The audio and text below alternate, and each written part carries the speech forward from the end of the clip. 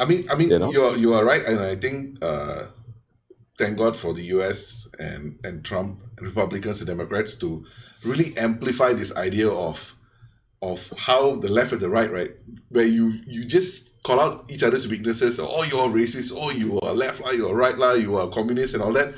And you realize that it serves no purpose. There's no discourse. There's no real. A Democrat doesn't vote Republican. Republican doesn't vote Democrat.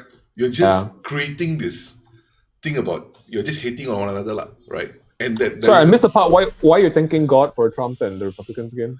Why? Thank God. It kind of amplifies the idea to me that just because and going back to the earlier point of you don't have to engage with people just because they have something else to say, like in the sense that the fact that you think you're right, you're yelling at people who you think you're stupid, but nothing really changes, right? Yep. So it is better, like you're saying, to try to live in the gray and try to relate to someone and try to get them to understand, hey, if we did this a little bit more, it's better for all of us, instead of saying like, oh, you don't recycle, you're an asshole, right? So in a way, the minute you label people as, the example of Democrat Republicans, you're just choosing sides, right? And they shut down. You've lost them. You've lost them. And I don't think it's that bad here, because I think generally Malaysians, we are all tired of our politicians, right? We have so many factions now. It's no longer.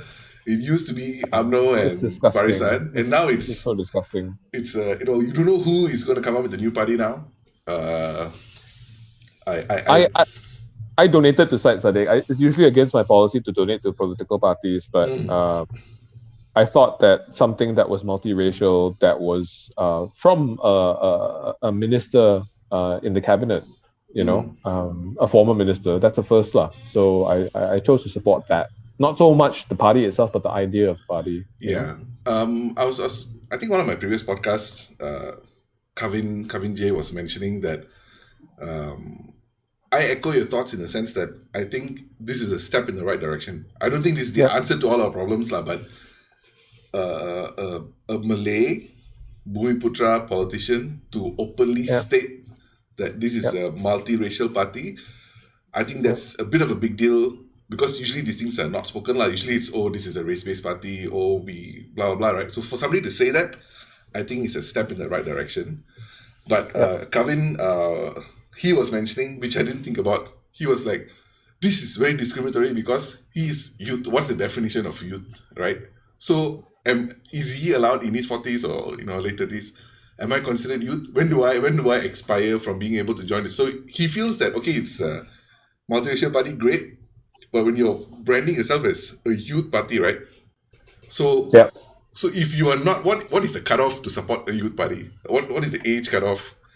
I'm right now Googling how old Kyrie was when he left UMNO Youth. I think that would be the answer. I think the traditional youth was below 50, 45. Yeah, possibly. So he's right. He's not wrong. Yeah. So in that sense, I never thought of it from that angle, because we will all like to think we're all young when we hear these things, right?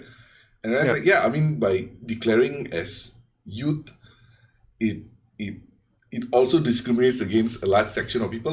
Suddenly it's like, if I'm an old man, suddenly it's still that identity politics, which I didn't see, honest to God, I didn't see it. But somebody like Kavin J, he's like, dude, it's still discrimination, right? I'm like, oh shit, I didn't even realize it, right? So that'll be. But it's a youth party, like he's saying, like a youth party is like a Malay party, it's like a Chinese party. I guess. So, but I guess as these guys grow older, the party evolves, hopefully. I think that there's some branding to it. I think somebody trying to do something different, which looks noble. I don't know what's the eventuality of it. His efforts look noble, so I don't know, give the guy a shot. What we always hope for is like, when somebody starts this, it kind of warms the waters for other people to follow.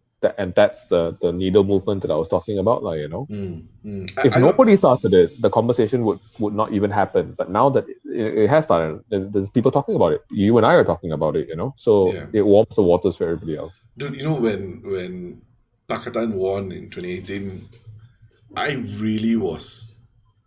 was really thinking somebody like KJ would use this as an opportunity to start fresh. Yep. Like imagine like KJ, Rafizi, Nurul Izzah and all coming together to progressive front, right? I thought that would have been freaking awesome, lah. Of course, I was hallucinating. I was, I was like, man, these people that'll be a great way to restart from UMNO's loss, and then you realize that they can still come back in power in other ways. They don't need to win elections. Interesting. How did we slide into politics? And not my favorite subject, but you brought it up, man, not me. I think I brought up. Oh my god! Wait! Check this out. I went to the UMNO News website, just so you can see. It's very apt. It's the truth, bro. Oh god.